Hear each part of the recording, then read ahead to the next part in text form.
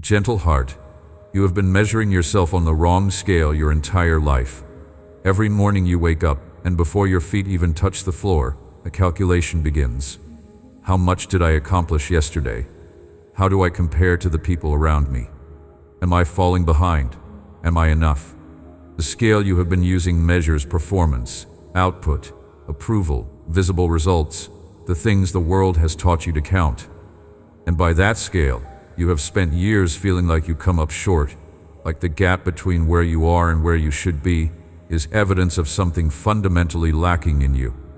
But I need to tell you something that will change everything if you let it reach the place in you where this matters most. The scale is broken. It was never designed to measure what you are actually worth. You have been weighing your soul on a scale built for counting coins, and every time the number disappointed you, you believed the number instead of questioning the instrument. My scale measures something entirely different. It does not count what you produce or what others think of you. It weighs something that existed in you before you ever performed a single act in this world, something that no failure has diminished and no achievement has added to. You have a value you cannot fully comprehend. Let that settle. Do not move past it too quickly. Let it move past the surface of your thoughts and travel down into the deeper places where the old wounds live, where the old doubts have made their home, where the voices of disappointment and rejection have stacked up over the years like furniture left in a room nobody uses anymore. I want those old things to hear what I am saying. I want the tired places in you to hear it. Your value is not something I assign to you based on a review of your behavior. Your value is not the sum of your accomplishments. Your value is not determined by what other people think of you, or whether they notice you, or whether they choose you, or whether they stay. Your value comes from me. It flows from me. It was embedded in you at the moment of your creation, and it has been yours completely from that very first instant. Think about what it means to be made in my image. Most people have heard those words and let them pass through without really stopping to consider what is being said. When I formed you, I did not reach for a template that had been used 1,000 times before.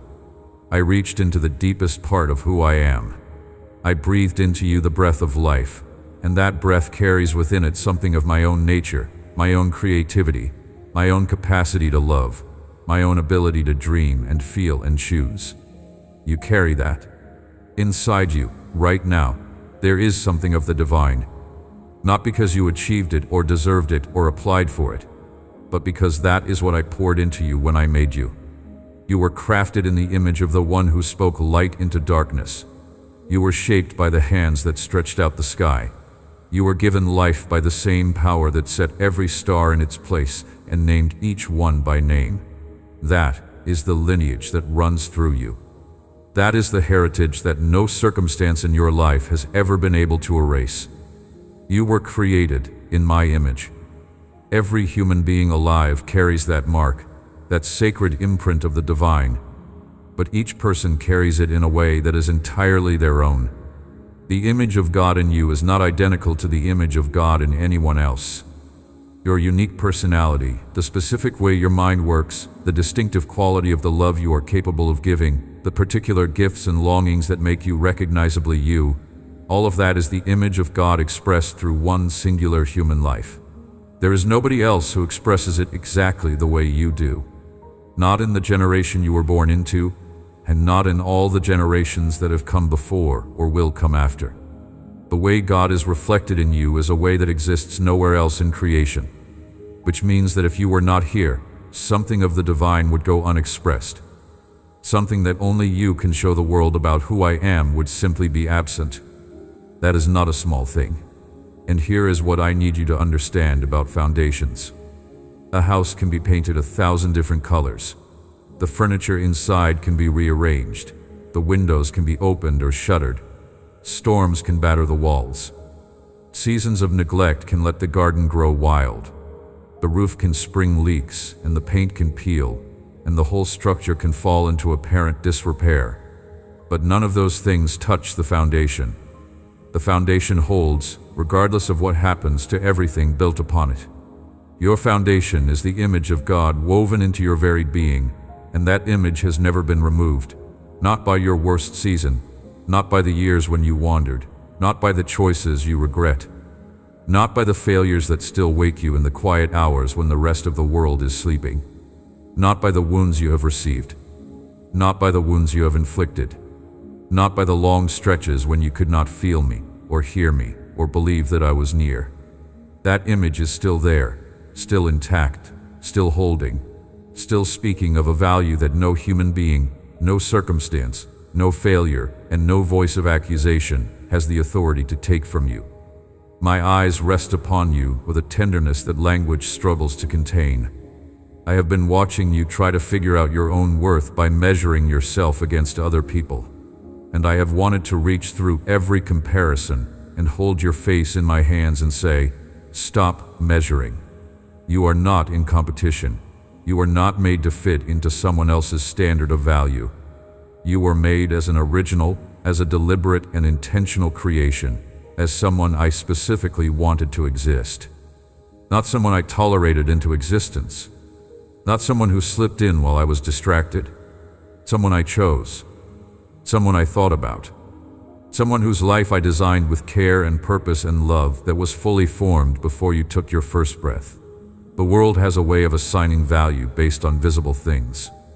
How much you produce, how well you perform, how attractive you are, how successful, how financially stable, how socially connected, how impressive your list of accomplishments looks when it is written down. The world builds elaborate hierarchies of worth and then invites everyone to compete for a place near the top of those hierarchies. And the competition is exhausting, and the gap between where you are and where the hierarchy says you should be can feel crushing. I understand that you have felt that weight. I understand that there have been mornings when you lay in bed and thought about what the day would ask of you, and the gap between what was being asked and what you felt capable of giving felt insurmountable. I understand that you have looked at yourself through the world's measuring system and come up wanting, and that the feeling of coming up wanting is one of the most uncomfortable and persistent feelings a person can carry. I want to dismantle that measuring system from the ground up. Not by telling you that you are actually very successful, or that you actually perform quite well, or that other people actually do admire you if only you could see it. I want to dismantle it at a far more fundamental level than that. I want to tell you that the entire measuring system is wrong. The hierarchy is built on the wrong foundation. When you use the world's ruler to measure yourself, you are using a tool that was never designed to measure what actually matters. You are like someone trying to measure the depth of the ocean with a household tape measure. The tool is inadequate for the thing being measured.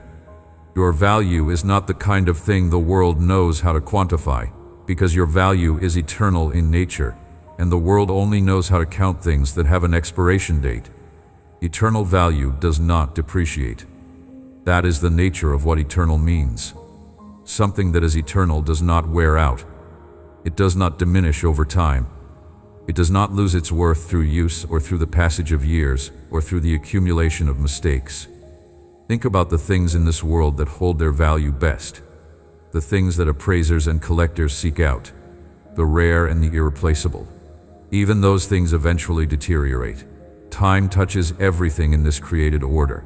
The most valuable painting will eventually fade. The most precious gem will eventually be lost or destroyed. But what I have placed in you belongs to a different category entirely. The value I have assigned to you, the worth that is woven into your identity as my child, belongs to eternity. It was there before time began to count its days, and it will remain long after time itself has run its course. You are not an accident. Those 4 words deserve more than a passing acknowledgement. Let them settle in the way that a person settles into a chair that was built specifically for them, not rushing past the experience of the fit. You are not an accident, not a biological coincidence, not a random arrangement of matter that happened to achieve consciousness, not a mistake that got through the process, not a child who was planned by someone else and tolerated by me. You were specifically intended. The exact person you are, with your particular face and your particular history and your particular set of longings and fears and gifts and wounds, the exact combination of everything that makes you you, that combination was deliberate. I wanted someone exactly like you to exist, and so you do. Before the circumstances that led to your birth were arranged, I had already decided that you would exist. The desire for you preceded the mechanism of your arrival. You were wanted before you were made. The longing for you to be in the world predates every circumstance that eventually made your presence in the world possible. That is the opposite of chance. That is the most deliberate possible origin for a life. And because your origin was deliberate, your presence here is meaningful in the most irreducible sense. Not meaningful in the sense that you will necessarily achieve great things by the world's measurement. Meaningful in the sense that your existence itself is part of something intentional, part of a design that considered you specifically and decided that the world needed exactly you. Consider the complexity of what you are for a moment, not the surface complexity of your schedule or your relationships or your circumstances, though those too have their own layered texture. The interior complexity, the layers upon layers of who you have become through the accumulation of every experience, every relationship, every conversation, every book you read, every pain you endured, every joy you tasted. The intricate architecture of your memories and your hopes, the specific texture of the way you think and feel, the unique quality of the way you love the things you love, the particular calibration of your conscience, the specific shape of your sense of humor, the precise way you experience beauty. All of that is you. And all of that is known to me in complete detail, cataloged not as data but as something more intimate, the way a person holds in their heart the entirety of someone they love, the whole portrait, not the series of facts. Nothing about you escapes me, not the parts you are proud of and display freely, not the parts you keep carefully hidden from everyone, the parts you revisit in your most honest moments and hope no one ever sees. Not the parts that are still in the process of becoming. The half-formed things, the impulses toward goodness that have not yet found their full expression, the old habits that are slowly, painfully, genuinely being transformed. I see all of it, every corner and every shadow. And what I see does not make me want to look away. What I see makes me lean in closer. What I see is precious to me in the way that the full and complete reality of someone you truly love is precious. Not despite its complexity and imperfection, but including it, holding all of it in the embrace of a love that is larger than any single piece of the picture. Let me tell you about the moment before your life began. Before you had accomplished anything, before you had a single thought, before you had smiled your first smile or cried your first tear, before the world had a chance to shape you in any direction at all, I already loved you. Completely. Without reservation. Without condition, without a list of things you would need to do to keep that love from diminishing. My love was fully yours before you knew anything, before you could do anything, before there was any question of whether you deserved it. That is the kind of love that precedes all transaction, that has no fine print, that does not come with the quiet clause that says, as long as you keep this up. My love was already a river in full flood before the first moment of your life. And it has not once slowed to a trickle since that day. Not when you were at your best, most faithful, most grateful, and most aligned with everything I hoped for you. Not when you were at your lowest, most confused, most far from me, most caught up in the things that pulled you away from who I made you to be. My love through all of it was the same love. Full, complete, unwavering. Not because I am unaware of the difference between the seasons, but because my love is not weather. It does not change with the climate of your behavior.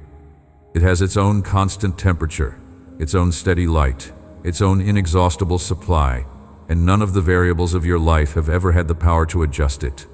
You are my beloved child. Not a servant I tolerate because you are useful. Not an employee I keep on because your performance numbers are acceptable. Not a project I am hoping will eventually become something worth the investment I have made. My child, my beloved child. The word beloved is not a casual word. In the ancient texts, the word carried the weight of singularity, the sense of the one who is above all others, the object of the heart's deepest affection.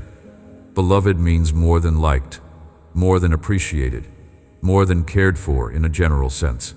Beloved means the one who is held in the innermost chamber of love, the one for whom no price would be too great, the one whose loss would be felt as an irreplaceable loss, not a replacement for whom might be found somewhere else.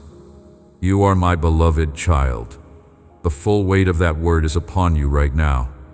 There have been seasons in your life when you could not feel that love, when the pain you were carrying was so loud that the sound of my voice was drowned out entirely, when the circumstances around you were so dark that you could not see the light I was shining, when you had listened to so many other voices for so long that my voice had become almost unrecognizable to you, a distant thing, a theoretical concept, something other people seemed to experience clearly while you strained to hear even an echo of it. Those seasons were real. The darkness was real. The confusion was real. The silence was real, or felt real. And I want you to know that in every single one of those seasons, through every dark stretch, not one moment of them, I was absent. My presence surrounded you through all of it, even when you could not sense me, even when you felt completely alone, even when the silence felt like abandonment. I was with you. My hand was on your shoulder through every one of those hard stretches. My eyes rested upon you through every valley. I never stepped back. I never turned away. I never decided you were too much trouble or too far gone or too disappointing for me to keep staying close. Think about the longest and darkest stretch you have been through, the one that left the deepest mark, the one that you still carry traces of, the one that fundamentally changed something about the way you see the world or yourself. Go back there for a moment, not to re-inhabit the pain, but to look with different eyes. I walked beside you through that, every single day of it. When the weight was heaviest, my hand was under it with you, taking more of it than you knew. When the confusion was thickest, my wisdom was available even when you could not access it. When the loneliness was most acute, I was the most present I had ever been, the most intensely close, leaning in toward the wound with the tenderness of one who hates to see what is beloved hurting. That faithfulness is not something I maintain because I have an obligation. I stay because I want to be where you are. I stay because you matter to me in a way that nothing can alter. I stay because leaving you is something I am not willing to do. Not when things are easy, and not when things are hard. Not when you are grateful, and not when you have forgotten me entirely. My love for you does not require your attention to continue existing. It burns on its own, steady and constant, like a fire that has no intention of going out. The fire does not need your fuel. It is sustained by something in me that is simply not capable of extinguishing when it comes to you. The price I paid for you tells you something about what I think you are worth. When a buyer pays a great price for something, that price communicates value in a language that everyone understands. The greater the price, the greater the perceived worth of what was purchased. This is true in markets and in hearts. And I want you to think carefully about the price that was paid for you, because that price is the most articulate statement about your value that I have ever made. The maximum price. The most irreplaceable thing. What was given for you was not a surplus I had lying around, something I could part with because I had plenty. What was given for you was everything. The price paid for your freedom, for your restoration, for your reconciliation to me, was the most costly thing I had to give. And I paid it. Not reluctantly. Not with a calculation of whether you were worth it that came out favorably only barely. With the decision of someone who looked at you and said, yes. Without hesitation, without reservation, without demanding a track record of performance first. Yes to you. That transaction, that act of love so extravagant it reshaped history, was my clearest declaration of what you are worth to me. Not the history of the world in general, but you specifically. When the world tells you that you are not enough, that declaration is still standing in its full force. When the critic in your own mind tells you that you are too broken to be truly valued, that declaration does not waver. When the people who should have shown you your worth have failed and disappointed and walked away, the transaction holds. Nothing that has happened in your life since that great price was paid has changed the terms of what was declared on that day. You are still worth everything to me. You are worth everything then, and you are worth everything right now, and you will be worth everything every single day for the rest of your life and into eternity beyond the last day of time. This is what I want to talk about with you through this whole conversation. This is the truth I have been longing to speak into the deepest part of who you are. Not a lecture, not a list of things you need to do to become more valuable, not a checklist of improvements required before the value becomes fully accessible to you. A revelation, a drawing back of the curtain to let you see what has always been true about you, what was written about you before the foundations of the world, what is engraved not on a wall or a page, but on the very palm of my hand. You are infinitely valuable. You are my personal treasure. You are the jewel I would give up everything to keep. And I want you to begin to believe it, not just as a theological idea stored in the part of your mind where you keep religious concepts, but as a lived reality, as something you carry with you into every room you walk into. Something that changes the way you hold your head and the way you speak, and the way you decide whether you deserve the good things I've been preparing for you. So draw near to me. Let the noise of every other voice fall quiet for a while. And let me tell you, at length and with great care, who you really are to me. Here is something I have been watching you carry for a long time. The weight of the gap between who you are told you should be and who you actually experience yourself to be in the private hours when no one is watching. That gap is one of the most persistent and exhausting things a person can live with. And it is made heavier by the fact that most people carry it without ever naming it clearly. They just feel the weight and attribute it to some vague personal failing, some chronic insufficiency they can never quite correct, some fundamental wrong that they have decided is simply part of their permanent makeup. But the gap is not what they think it is. The gap is not evidence that you are deficient. The gap is evidence that you are made for something larger than what the world has been able to show you.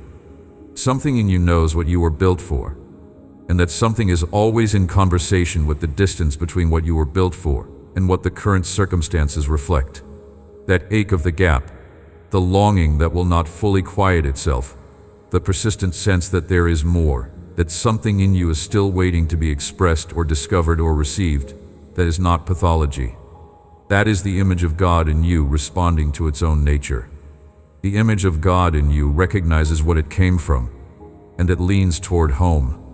The longing you feel is itself a form of honor. It means that something in you has not been fully deceived. Something in you still knows that you are made for fullness, for belonging, for love without condition, for purpose that is meaningful, for a life that is genuinely yours, and not just a pale copy of a life you were supposed to have. Belonging is the right part of you speaking, the part that is not forgotten, even in the longest winters of your life, that there is a spring coming, and that you were made for the spring as much as for anything. Let me speak about the image of God in you with more specificity, because it deserves more than a general acknowledgement. The image of God in you is most visible in your capacity to love. Not perfectly, not without limit, because you are human, and therefore bounded in the ways that human beings are bounded. But the impulse itself, the orientation toward connection and relationship and the desire to be known and to know, that impulse is not just biology. It is the echo of the nature of the one who made you. I am love at the most fundamental level, and the love in you is a reflection of that. When you love your children or your friends or the stranger you stop to help, when you care about someone else's suffering as if it were your own, when you give in ways that cost you something, that is the image of God moving through a human life. That is you expressing what you were made from. That is one of the most accurate pictures of me that exists in the world. Your creativity reveals this same image with remarkable clarity. Every time you make something, whether it is something the world would call art or simply something practical and beautiful, a meal prepared with care, a space arranged with attention, a problem solved in a way that is elegant rather than merely functional, you are doing something that reflects the nature of the Creator. The drive to bring something from nothing, to take raw material and shape it into something that was not there before. That drive in you is not accidental. It is one of the clearest ways you carry my nature. I am the original maker, and you, made in my image, are a maker too, in your own scale and your own domain. Consider also your capacity for justice, the way something in you rises up when you see something wrong, the indignation you feel when the vulnerable are harmed, the deep satisfaction you feel when wrong things are made right. That moral instinct, that sensitivity to what is just and what is not, that comes from the nature of the God who himself is just and who hates to see the weak exploited or the innocent condemned. The anger you feel at injustice is my own character moving through you, responding to what is incompatible with the nature of the one who made you. The image of God in you is visible in your capacity for beauty, the way you can be moved by something genuinely beautiful, the way certain music or certain landscapes or certain moments of human love and courage reach inside you and touch something that you might struggle to name, but that feels essential. The capacity for aesthetic experience, for being moved by the beautiful, is part of what it means to be made in the image of the one who filled this world with extraordinary beauty, and who clearly takes pleasure in the beautiful. All of this is in you. The love, the creativity, the justice impulse, the capacity for beauty, all of it reflecting the one who made you. And because all of it is part of the image of God that you carry, all of it is permanently yours. The image has not been removed. It has not faded beyond recognition. It has been obscured at times, hidden under the debris of difficult seasons and wrong beliefs, and the weight of years of living in a world that is not fully as it was meant to be. But the image is still there, still intact beneath everything that has tried to cover it, still speaking of the one who pressed it into your being in the moment of your creation. When I look at you and see that image, I am seeing something of myself, and what I feel when I see it is what any parent feels when they recognize themselves in their child, something that goes beyond description, a recognition and an affection and a particular pleasure that belongs only to that specific relationship. You are mine, made from what I am, carrying what I gave you, belonging to me in the most fundamental way that a created thing belongs to its creator, when the creator is also its parent. Now I want to talk about what happens when you walk into a room. Not the social dynamic, not the question of whether people notice you or whether you feel comfortable or whether you know anyone there. The spiritual reality. When you walk into a room, you bring the image of God into that room. You bring love, even if it is not yet expressed. You bring the capacity for compassion and creativity and the moral instinct and the sensitivity to beauty. You bring a piece of the divine into whatever space you enter. Not because you are spiritually elite, or because you have achieved a level of holiness that makes you a special carrier. Simply because you are made in the image of God, and that image goes with you everywhere you go. The room is different because you are in it. Not in a way that is always visible or loud or immediately impactful, but in the deep reality, in the way that I see things. The room is different. The love you carry changes the spiritual temperature of the space. The compassion in you responds to the need in others before either of you have said a word. The particular combination of gifts and perspectives and experiences that you bring is not duplicated by anyone else in that room. When you are present, something is present that would not otherwise be there. That means something. You mean something in every space you occupy, not just the spaces where you are performing a role or fulfilling a function, the ordinary spaces. The spaces where you are simply present, simply there, simply being who you are. You bring something that matters, every single time. I want you to know the full truth of what I said when I called you my personal treasure. The word treasure is not a casual word. Treasure is not the same as property. Treasure is not the same as asset. Treasure is the word for the thing that is most valued, most carefully kept, most deeply prized by the one who holds it. Treasure is what you put in the safest place. Treasure is what you carry with you when you have to leave everything else behind. Treasure is what you look for when it is lost, what you celebrate when it is found, what you cannot imagine being without. You are that, to me. Not as one item in a collection of many, each similar enough that the loss of one would be compensated by the remaining others. As the treasure that is you, specific, particular, irreplaceable, the thing whose loss could not be made up by any substitute. When I call you my personal treasure, I mean that the you that you are is the exact and irreplaceable thing that is of most value to me. Not a generic version of a human being, not a representative of a category. You, the actual you. The treasure is you. And when the world treats you carelessly, when it handles you roughly, when it misplaces you or misvalues you, or does not seem to know what it has, that says nothing about your status as my treasure. The world's assessment of what is valuable and mine are very different. The world tends to value what is loud, what is productive, what can be quantified, what advances certain kinds of agendas. I value the faithful and the loving and the genuinely human and the one who carries the image of God with integrity, even when no one is watching. The world and I are not using the same measure. And on the question of your value, my measure is the one that matters. My most precious jewel. That is the other image I want you to carry. Jewels are created under pressure. The most precious stones in the world are formed in conditions of intense heat and compression, conditions that would seem destructive, but that are actually transformative. The carbon that becomes a diamond under pressure does not become more valuable despite the pressure. It becomes what it is because of the pressure. The process that seemed like destruction was actually the process of becoming. The hard seasons you have been through, the ones that felt like too much, the ones that broke things in you that you had been hoping would hold, the ones that you are still carrying the marks of, I do not look at those seasons and see damage. I look at them and see transformation. I look at them and see the process through which something in you that was already precious is being made into something even more beautiful. Not because suffering is good in itself, but because my hands are in the pressure, because I am present in the heat, because I am working in the difficulty, not merely watching it from outside, but actively engaged with what is being formed in you through it. You are my jewel, the one who is precious to me precisely because of the full reality of who you are, including the parts that were formed under pressure, including the marks of the hard seasons, including the beauty that is still emerging from what has not yet fully finished its forming. All of it is precious. All of it is held carefully. All of it is seen and known and valued by the one who is making you into something more beautiful than you can currently see.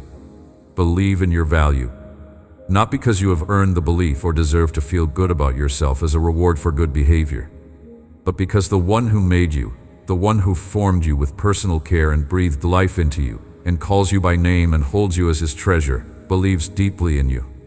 The belief I have in you does not depend on your performance. It does not fluctuate with your faith.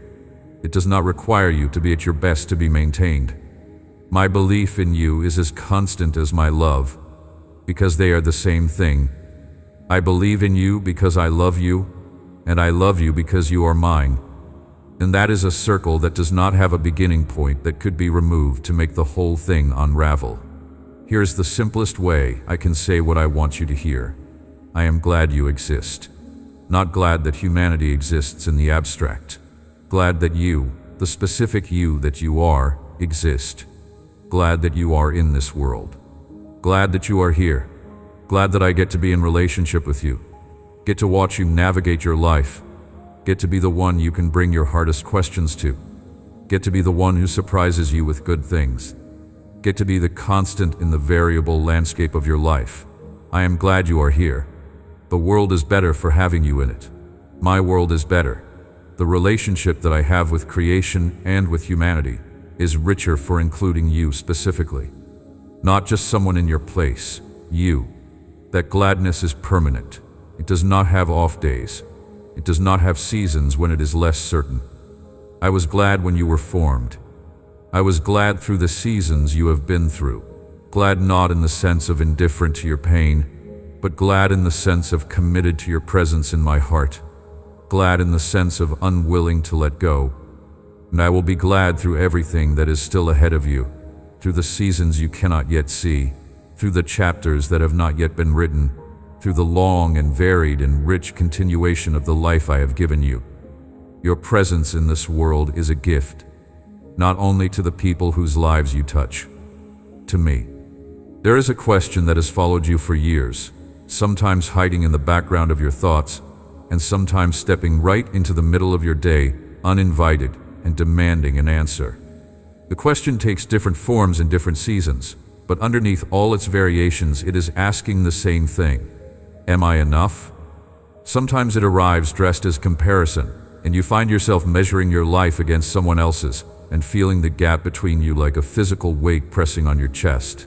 Sometimes it comes as self-doubt, that familiar hesitation before you speak or act, that inner voice that wonders whether what you have to offer is really worth offering. Sometimes it disguises itself as perfectionism, the relentless drive to do better and be more and accomplish again, as if the next achievement will finally quiet the question that the last achievement left untouched. Sometimes it simply shows up as a low-grade sadness, a vague sense of not quite belonging, of being adjacent to a fullness you can see in other people's lives but cannot quite find in your own. But underneath all those different forms, the same wound is speaking. The wound that does not fully believe it is enough just to be who you are. Where did that wound come from? Not from me. I want you to be completely clear about that. The doubt you carry about your own worth did not originate in my heart toward you. It was not planted by the one who made you. When I speak about you, the language is the language of treasure, of jewel, of beloved, of chosen, of mine. When I think of you, the thought is saturated with the kind of delight a father has when he looks at his child and sees every good thing he has poured into them looking back at him. The wound, the question, the chronic sense of insufficiency that nags at you even in your best moments, those came from elsewhere. They came from a world that learned to assign worth based on performance and productivity. They came from relationships that were conditional in the ways they offered love, and that conditionality taught you to be conditional about your own sense of worth, to attach your value to whether the conditions were being met. They came from failures that were allowed to define you rather than refine you, failures that were held up as evidence of what you fundamentally are rather than simply events that happened in a life still in process. You absorbed the messages that surrounded you. That is what human beings do. We are formed by what we hear repeated, especially in the seasons when we are young and still building our understanding of ourselves. The architecture of the self is largely constructed before we have the critical capacity to evaluate the building materials being used. If you were told often enough, in words or in the more powerful language of actions, that your worth was tied to what you produced, you learned to produce relentlessly in hopes of securing a worth that always seemed just out of reach. If the love you received was withdrawn when you disappointed, you internalized the lesson that love is conditional, and then applied that same conditionality to the love you gave yourself. If the people who were supposed to mirror your value back to you clearly and generously failed to do that, if they were preoccupied or wounded or absent or simply incapable of giving what you needed, you were left to draw your own conclusions about yourself from incomplete and distorted information. The mirrors the world holds up are all distorted in some way, even the best of them.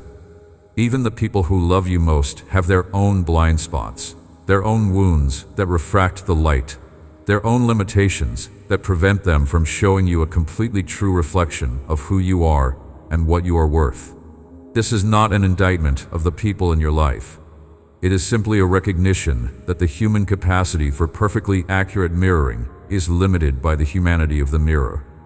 Only I can show you accurately who you are, because I am the one who made you with full knowledge of who you were designed to be, the one who knows you completely without the distortion of my own unmet needs, and the one whose love for you is not contaminated by my own fears or disappointments or the limitation of a finite perspective. So let me be your mirror today. Let me show you the reflection that is true. When my eyes rest on you, here is what I see. I see someone made with extraordinary intentionality. Every detail of who you are was considered. The way your mind works, the specific kind of intelligence you carry, whether it is analytical or relational or creative or some intricate combination of all of those, the way you process emotion, the things that move you to compassion, the particular gifts that emerge from your particular combination of nature and experience. None of that happened by accident, and none of it is generic. You are not a mass-produced copy. You are an original, labored over by the Creator of all things. Someone about whom I said, this one, this particular person, this is who I want to bring into existence. Not someone like this in a general sense. This exact one. The theology of your creation matters more than you have been told. When I formed the first human being in the ancient beginning, I did not speak them into existence the way I spoke the stars into existence, or the seas, or the creatures of the earth. With each of those elements of creation, I spoke, and it was so. The word went out, and the thing came into being. But with human beings, the account is different, strikingly, deliberately different. With humanity, I stooped down. I formed you from the dust of the ground with what you can only understand as my hands, because hands are the most intimate tool available to a being in a body, the tool of direct contact, of close engagement, of craft that requires presence rather than distance. I breathed my own breath into you. The intimacy of that act is staggering if you stop to let it be. The God who spoke galaxies into existence chose, for the making of human beings, to lean down, to get close, to be personally, physically, intimately involved. That was not an accident. That was a declaration of a different kind of relationship than I have with the rest of creation. Human beings are not just another category of created thing.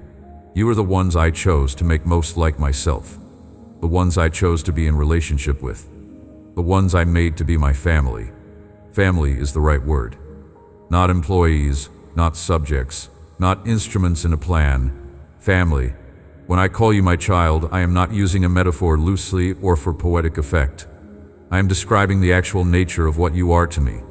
The inheritance, the belonging, the name, the access, the affection, the care, the willingness to sacrifice everything for your well-being, all of that belongs to family. You have all of it. The inheritance that comes from being my child is not something you will receive someday when you have finally earned it by sufficient faithfulness. It is yours now, fully, completely, by virtue of who you are in relation to who I am. You are my child, and I am your father, and that relationship is not subject to termination. I am not a parent who disowns.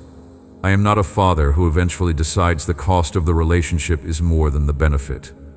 I am the father who runs toward the returning child while they are still a long way off, who orders the celebration before the explanation, who clothes the one who came back in rags with the finest thing in the house. That is the kind of parent I am. That is the character of the one who holds your worth. Consider what it means to be part of my family in terms of your identity. In the best families in this world, the worth of a child is not contingent on what that child becomes. A parent of a newborn does not stand over the cradle calculating the child's likely return on investment, tallying up the costs against the projected benefits. The worth is inherent, immediate, and permanent from the first moment. The parent would give their life without hesitation to protect that child. That kind of love, the love that values unconditionally, the love that counts no cost too great, the love that would rather suffer itself than watch the beloved suffer, that is the love I have for you. I am not exaggerating for effect. I am telling you the plain and sober truth about the nature of what I feel when I think about you. Your life has an eternal purpose. Those are not comforting words thrown out in the general direction of discouragement. They are a precise description of a real thing, not just a temporal purpose, a reason to get out of bed each day and contribute something to the world you live in, though that is real too. An eternal purpose, something that participates in a story larger than the single chapter of your earthly life, something that echoes into dimensions beyond the ones you can currently perceive. You were not placed here to simply endure the years, to mark time between birth and death, to survive the difficulties and hopefully accumulate enough good experiences to make the whole thing feel retrospectively worthwhile. You were placed here as part of a larger intention. Your existence contributes to something. Your presence in the world at this specific moment in history is not incidental. The conversations you have, the people you touch, the ways you love and are loved, the faith you carry when it is difficult, the way you endure what is hard and continue anyway, the particular quality of the courage you demonstrate in the specific arena of your specific life. All of it is woven into something I am doing in the world. All of it matters. Not just the impressive moments, not just the visible accomplishments, the quiet faithfulness, the private kindness, the small, unremarkable acts of love that leave no trace in the world's record, but are fully seen and fully noted in mine. You are not here by chance. That phrase carries so much more weight than it might initially seem to carry. Think about chance for a moment. Chance means that something arose without intention, without design, without anyone specifically wanting it to happen. Chance means randomness. Chance means that if conditions had been even slightly different, you would not exist. And the world often presents your existence in exactly those terms, as the result of a particular set of biological circumstances that could have easily gone another way, as a statistical improbability that happened to come out in your favor. When existence is framed that way, it is difficult to have a robust sense of purpose. If you are here by chance, then your being here does not particularly mean anything. It just is. But you are not here by chance. The desire for you to exist preceded the circumstances of your birth. The intention behind your life was formed before any of the mechanisms that brought your life about were set in motion. You were wanted before you were made. Your existence is a chosen existence, not a fortunate accident. The exhaustion of carrying an uncertain worth is one of the heaviest and most persistent kinds of tiredness a person can experience. I perceive it in you. Not just the tiredness of the body or the tiredness of a packed schedule or the tiredness that comes from a season with too much difficulty in it. The tiredness that comes from the constant effort required to maintain a sense of worth in a world that keeps making you audition for it. The tiredness of perpetual proving, of working to earn the affection that was supposed to be freely given, of measuring and always finding the measurement slightly short of whatever the current standard demands. This is the tiredness I want to address today. Not by giving you a new strategy for performing your way to a secure sense of worth, but by telling you that the entire performance is unnecessary. Not because performance is bad, but because you are not performing to earn something. You already have it. The love is already completely yours. The worth is already fully established. The belonging is already secure. The price has been paid, and the transaction is complete, and there is nothing left for you to do to close the deal. The deal is already closed, and the terms were entirely in your favor, and they cannot be renegotiated by any failure on your part or any change in your circumstances. Let that rest somewhere deep inside you. Let the performance anxiety begin to loosen its grip, even slightly, even just in this moment of receiving these words. You do not need to earn my love. You already have it completely. Not mostly. Not to the degree that your recent behavior merits. Completely.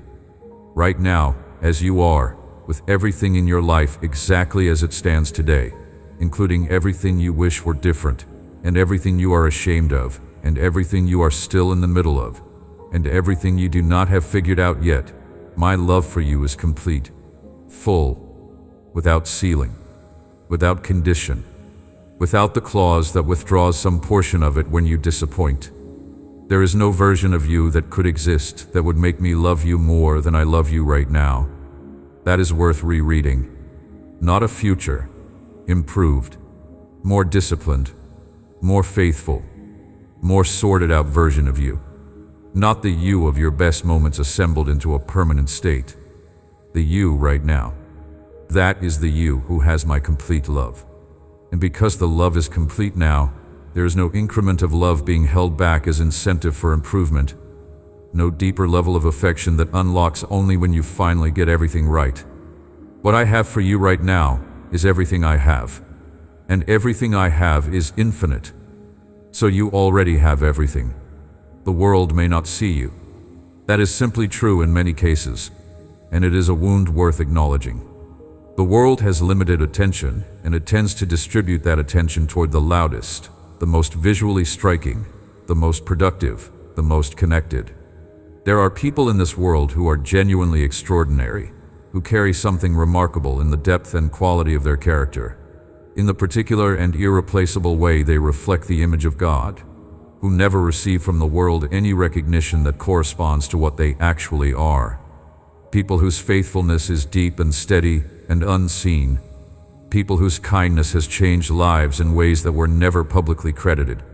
People whose inner world is rich and beautiful, and whose capacity for love is genuine and profound, but whose circumstances have never placed them where that richness becomes visible to many.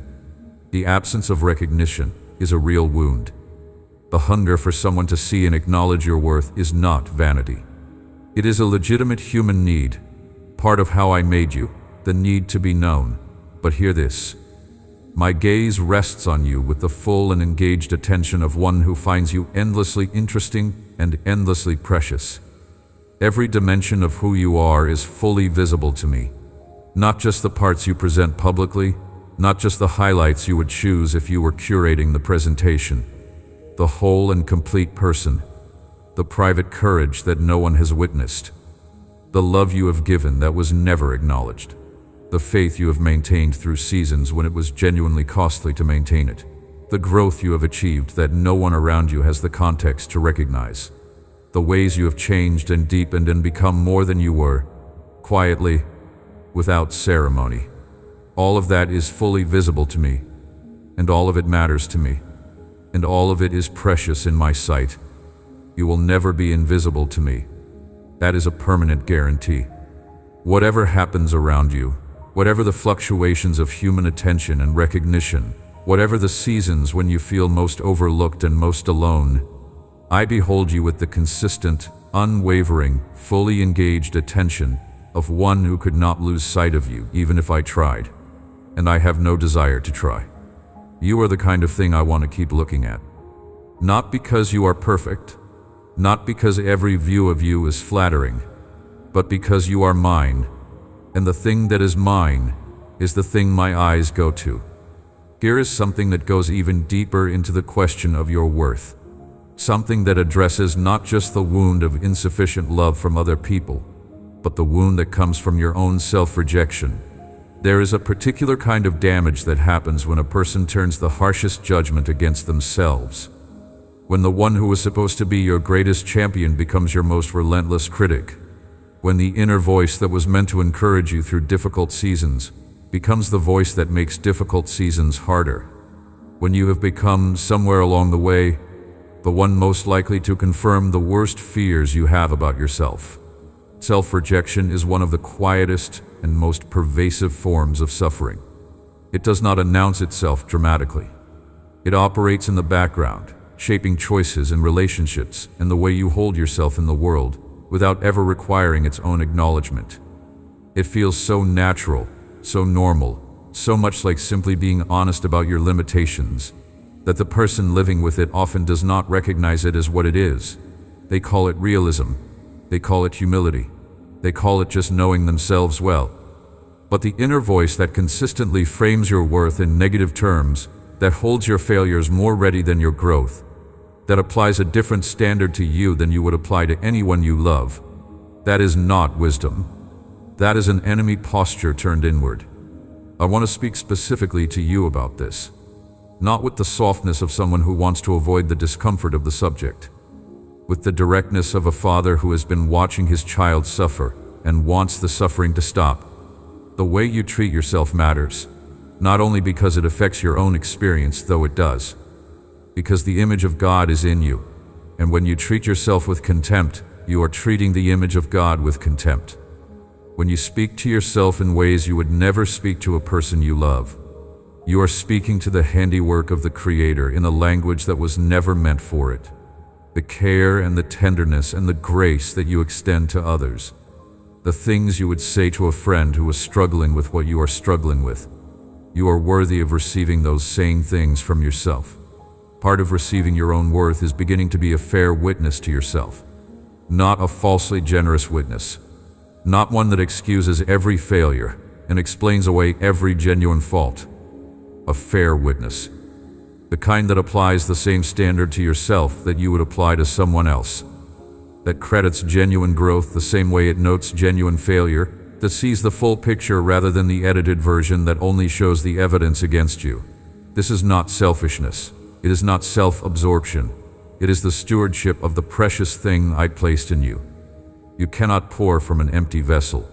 You cannot love others well from a place of deep self-contempt.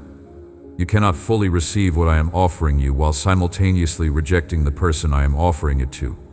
The healing of your self-relationship is not a detour from the work of loving others or serving the world I placed you in. It is foundational to all of it. So today, as this conversation draws toward its close, let this be one of the things you take with you. The permission, more than permission, the invitation, the direct and specific request from the one who made you and loves you completely, to extend toward yourself something of the grace you extend to others. To treat the person you are with the care that is appropriate for someone who is infinitely valuable to God. To speak to yourself in a way that reflects who I say you are, not who the wound says you are. You are worth the care. You are worth the kindness. You are worth the same generosity of interpretation you give to everyone else. Not because you have earned it, because I made you, and you are mine, and the things I make are worth caring for. Let me stay here for one more moment, in the space of what it means to be made from love itself. The ancient teachers understood something that often gets lost in the noise of modern life, that the human person is not an isolated individual, shaped only by circumstances and choices, moving through a world that is essentially indifferent. The human person is a relational being, made by one who is fundamentally relational, designed to live in connection, in the giving and receiving of genuine love. You were made for relationship, not just human relationship, as important as that is. Relationship with me, the relationship for which everything else is a reflection and a preparation. When the relationship with me is functioning, when the connection is clear and the love is flowing and the belonging is felt in the depths rather than merely held as a concept, everything else in your life is touched by it. The way you relate to yourself becomes more generous, because you are receiving generosity from the source. The way you relate to others becomes more patient, because patience is being extended toward you. The way you approach the difficult things becomes less desperate, because the security beneath you is not borrowed from the difficult things themselves. This is the design. Not a life in which the spiritual dimension is one category among many, something you attend to in the dedicated spiritual spaces and then leave behind when you walk into the other rooms. A life in which the central relationship shapes every room, in which the love you are receiving from me runs like a current through everything, changing the temperature of the space, making possible what would not be possible from human resources alone. What I'm calling you toward today is not simply a more positive self-image, a more accurate one. The image that sees yourself as I see you, made in my image, held in my love, valuable beyond measure, never alone, never beyond the reach of my care, never outside the scope of my purpose. That accuracy, received and lived from, changes everything downstream. It changes what you choose, and what you endure, and what you believe is possible for you, and what you reach for, and what you give, and what you receive. It changes the quality of your life from the inside out. That change begins with this truth: received today, carried forward, returned to again and again. You have a value you cannot fully comprehend. Your value comes from me. You are not an accident. You are made in my image. Your life has eternal purpose. You are not here by chance. You are my beloved child. You do not need to earn my love. You already have it completely. Your value is eternal and it never changes. I paid everything for you because you are worth everything to me. You are my personal treasure, my most precious jewel, and I believe deeply in you. That is the truth. That is what I have been waiting to tell you, fully and without reservation. That is what I needed you to hear. Can I ask you something? Can I ask it gently, not as an accusation but as an honest question between two people who know each other well, between a father and the child he loves with everything he has? How do you speak to yourself? Not the version of your self-talk that you are consciously managing, the deliberate effort to reframe negative thoughts that you have been taught to do, the underlying current, the constant low-level narration that runs beneath your daily experience, the commentary that accompanies every small failure and every moment of comparison and every time you do not meet your own expectations, the voice that speaks before you have a chance to edit it. What does that voice say? How does it describe you when you make a mistake? What language does it reach for when you look at your life and feel the distance between where you are and where you thought you would be by now? For many of you, That voice is far harsher than anything you would say to a person you love. You hold yourself to a standard of self-criticism that would feel like cruelty if you applied it to someone else. You catalog your failures with a thoroughness and a retention that you do not apply to your successes. You revisit old mistakes with a frequency that keeps wounds from closing, returning to them as if the returning could somehow make them more bearable or less true. You measure yourself against the most polished-looking version of other people's lives, their curated presentations, their highlight moments, and draw conclusions from that comparison that would be laughable if they were not so painful. That voice does not know what it is talking about. Not because you have no flaws. You do have flaws. Not because you have never made mistakes. You have, and some of those mistakes have consequences you are still living with. Not because there is nothing in your life that could stand to change and grow and deepen. There is. I am still at work in you and the work is ongoing. But that voice is not giving you accurate information about your worth. It is giving you a distorted reading, filtered through wounds and false beliefs, and the unrealistic standards of a world that profits from making you feel inadequate. Because a person who feels perpetually inadequate is a person who can be sold something to address the inadequacy. That voice is not my voice, and what it concludes about you is not the truth. My voice sounds different from that voice, completely different, not just in tone, but in substance. When you make a mistake, my voice does not pile shame on top of the mistake and cement it into your identity. My voice says, you are not defined by this. The mistake is not the last word about you. You are forgiven, and you are learning, and you are still fully, completely mine. And the story is still being written, and the chapter you are in is not where the story ends. When you fall short of your own expectations, my response is not disappointment that withdraws love as a way of communicating the seriousness of the shortfall. My response is to lean in closer, to be most present in the frustration and the discouragement, to be the steady voice in the moment of failure that says, I see this, I know this hurt, and I have not changed my mind about you.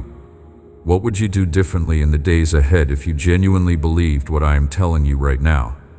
Not just believed it theologically, as a proposition you assent to because it aligns with your faith, but believed it the way you believe in the things that actually govern your daily choices. The things you believe in the way your body knows them. The things that shape your posture and your tone and your willingness to try and your capacity to receive. What changes when you walk into your day from the position of someone who is completely loved and infinitely valued, rather than someone who is hoping to earn enough approval to feel secure? The opportunities you pursue shift. When you believe your worth is real and permanent, you begin to reach for the things you have quietly decided were for better people than you. The door you have been hesitating at starts to seem like a door you might actually knock on. The gift you have been downplaying starts to feel like something worth offering. The contribution you have been withholding because you are not sure it was valuable enough begins to find its way into the world. The relationships you accept shift.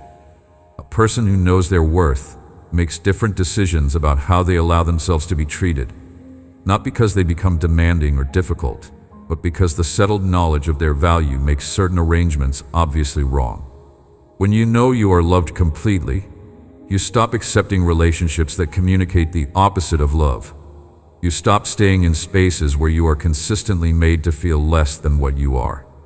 You stop giving more than you receive indefinitely, not out of stinginess, but out of the simple recognition that sustainable love flows in two directions. The way you receive good things shifts. Receiving is actually harder than giving for many people, harder than it has any reason to be.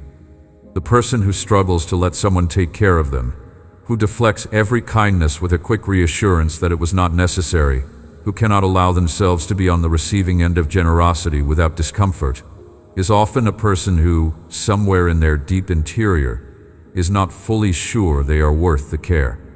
When the worth is settled, receiving becomes possible. The good things can be received as what they are, expressions of love towards someone who is genuinely worth loving. Let me ask another question. This one might press on something tender, and I am asking it with tenderness. Do you believe that the good things I have for you are actually for you? Not for someone else who happens to need them at the same time. Not for a better version of you. Not for you on the condition that certain things get resolved first. For the actual you, in the actual life you are in, right now. The reason this question matters is that many people have developed, without fully realizing it, a kind of personal exception to the promises. They read the promises in the ancient texts.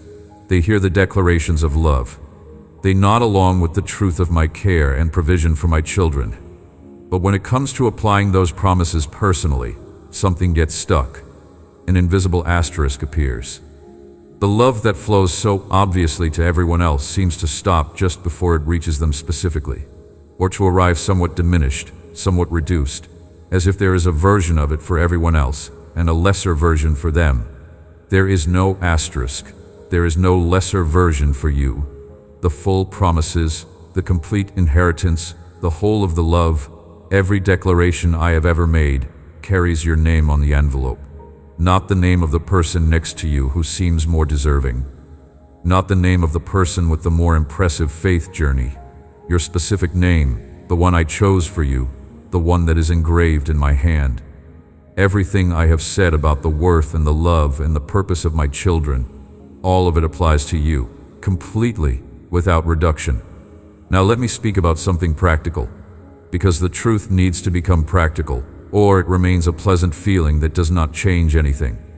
Start paying attention to the places where you are operating from a belief in your own insufficiency. They are subtle. The way you hesitate to ask for something you genuinely need because you are not sure you deserve to need it. The internal negotiation that precedes asking for help. The calculation of whether what you are carrying is significant enough to warrant taking up someone else's time or energy. The way you preemptively apologize for your needs as a way of signaling that you know they might be inconvenient, that you are aware of your potential imposition. That apology, that preemptive minimizing, is often the voice of someone who has not fully internalized their own worth. Notice the way you manage expectations of good things. The practiced lowering of hope as a strategy against disappointment. The internal flinch before something good, the bracing for the way it will probably not work out, the protective mechanism of not wanting too much so that the loss will be smaller if what you want does not come. Managing expectations is sometimes wisdom, but when it becomes a chronic posture, when hope itself becomes the thing you are most cautious about, that is worth examining. Sometimes what is being protected against is not just disappointment. Sometimes what is being managed is the belief that the good things are not reliably for you, that the pattern of your life has been that good things come close and then do not quite arrive, and that the safest response is to not expect them in the first place. Bring those places to me, not as failures to correct, not as evidence of insufficient faith that needs to be addressed before we can proceed. As the honest contents of a child's heart, brought to a father who is not surprised and not disappointed by them. I know these places exist in you. They did not develop because you were too weak to resist them. They developed because you were human, living in a world that gives people reasons to doubt their worth, navigating seasons that left marks. Bringing them to me is not a confession requiring absolution. It is an invitation for me to meet you precisely where the wound is. Because the wound is exactly where I want to be. Not only in the places where your faith is strong and your confidence is settled, in the tender places, in the places where the question of worth is still not fully answered, where the old doubt still has traction, where the truth has not yet fully reached. Those are the places where I do my deepest work, not through some instantaneous transformation that bypasses the actual location of the hurt, through the patient, persistent presence of my love in the specific place where love was most needed and most missing. The process of receiving your own worth is a gradual one. It is not a single moment of revelation that resolves everything permanently. It is a slow unwinding of beliefs that took years to form, a progressive deepening of a security that is built encounter by encounter, truth by truth, experience by experience. This is not a failing of the process. This is the nature of deep healing, of the kind of change that goes all the way to the root and therefore holds when the pressure comes. Superficial change is fast. Root change takes time. and I am committed to that process with you for as long as it takes. I do not get tired of reminding you of who you are. I do not get frustrated when you forget and need to hear it again, when the same doubt returns for the 100th time, and you need the same truth spoken one more time in a slightly different way. Every time you come back to me to be reminded, every time you lay down the distorted mirror of the world's opinion and pick up the true mirror of what I say about you, we are doing the work together. The work is not a performance for my approval. The work is the deepening of a relationship. And in that relationship, there is no impatience on my end, only love and the consistent, glad willingness to say again what needs to be said again. Some of you have lived with this wound for so long that you are almost more comfortable with the doubt than you would be with the confidence. The doubt is familiar. You know how to navigate a day with it. The belief in your own worth feels foreign, almost presumptuous, like reaching for something that was not meant for you. And so when the truth lands, some part of you instinctively moves to hand it back, to say, this must be meant for someone more deserving, someone whose faith is steadier, someone whose record is cleaner, someone who has earned this level of affirmation. The deep conditioning says, I should not take up too much room. I should not receive too much. I should stay in the modest space assigned to those who are not quite sure of their standing. Keep the truth. Do not hand it back. You do not have to earn the right to receive a revelation of your own worth. The revelation is given, not earned. My word about you does not require your worthiness to be true. It is true because I spoke it, and I do not speak falsely. Your value is not contingent on your recognition of your value, but your experience of that value, your ability to live from it, to let it shape the way you move through your days. That does depend on your willingness to receive it. Receive it even when it feels unearned, because it is unearned. The unearned quality is not a problem with the gift. It is the defining characteristic of grace. Hold on to it, especially when the voice of doubt immediately pushes back. The voice of doubt has had a long run. It has held the floor for years. Let the truth have a turn, and then another turn, and then another, until the voice of truth has had long enough to establish itself as the dominant voice. Receive it even when nothing in your circumstances changes immediately. The value I am describing does not depend on your circumstances. It is true regardless of what your circumstances look like today. And gradually, as the truth takes root, the circumstances of your inner life will begin to reflect it. And then the circumstances of your outer life will follow.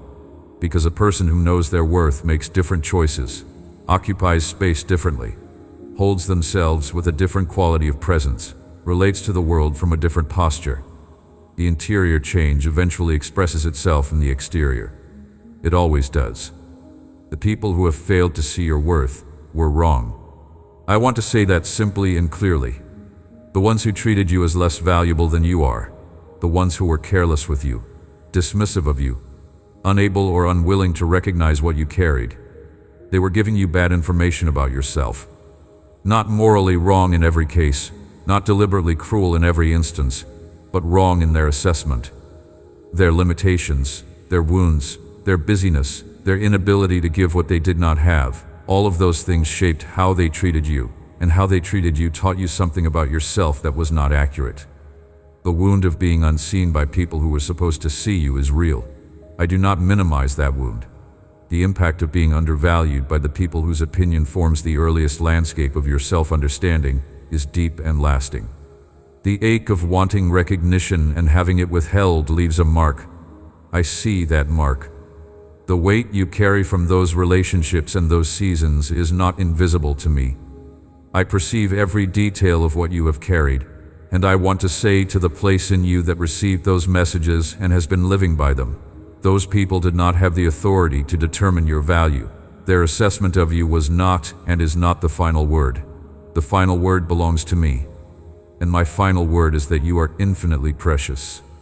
The invitation today is to let my word carry more weight than theirs, to let the truth of what I say about you gradually, persistently, over time, and through repeated encounter, supersede the conclusions you drew from the way they treated you. This is not a quick fix. Old wounds do not dissolve from a single application of truth, no matter how clearly spoken. but the truth does work. When you keep returning to it, when you keep choosing it over the old distorted story, when you keep laying down the version of yourself that was defined by other people's limitations and picking up the version that I have always known you to be, the healing happens. Gradually, and sometimes with setbacks, and sometimes more slowly than you would like. But genuinely, the root is changing.